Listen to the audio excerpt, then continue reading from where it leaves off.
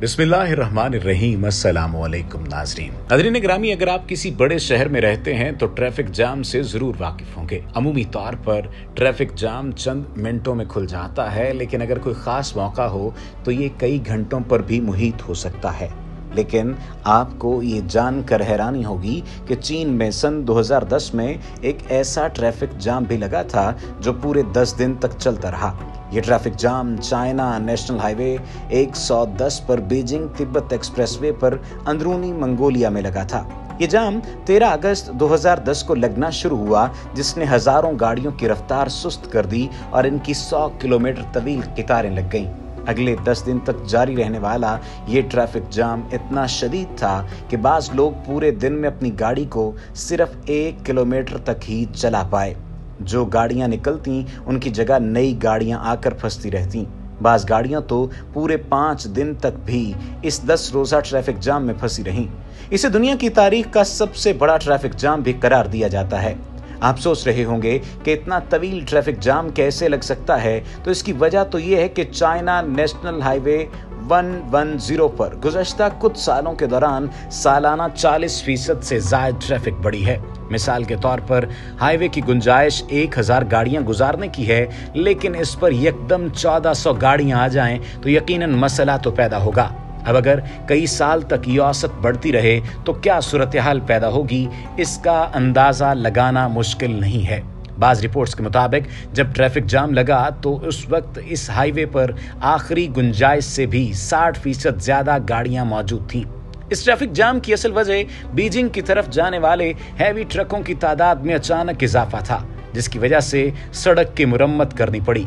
सड़क की मुरम्मत शुरू हुई तो हाईवे की कैपेसिटी सिर्फ 50% रह गई, जिसकी वजह से ट्रैफिक जाम लगना शुरू हुआ और ये उस वक्त तक जारी रहा जब तक मुरम्मत का काम मुकम्मल करके सड़क को दोबारा खोल नहीं दिया गया। अंदरूनी मंगोलिया में कोयला बहुत ज्यादा पैदा होता है, जिसको बीजिंग और दीगर पावर प्लांट्स पर रेलवे के साथ साथ ट्रकों पर भी मुंतकिल किया जाता है। सन 2009 में इस इलाके से 602 मिलियन टन कोयला निकाला और चाइना हाईवे 110 के जरिए बीजिंग समेत दीगर इलाकों में भेजा गया।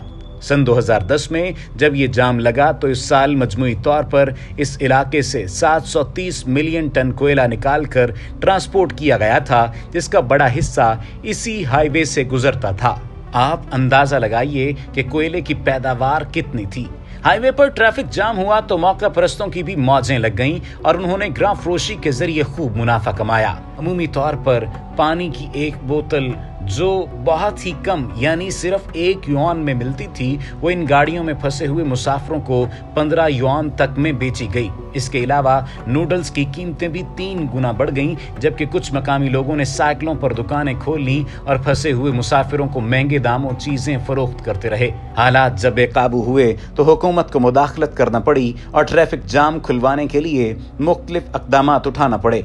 हुकूमत ने दारुल हुकूमत बीजिंग में ज्यादा से ज्यादा ट्रकों को दाखिले की इजाजत दे दी, जिसके बायस हाईवे पर रश कम होता चला गया।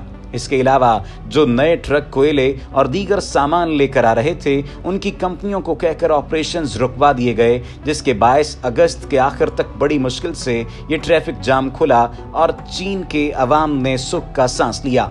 दुनिया भर में ट्रैफिक का मसला गंभीर होता जा रहा है।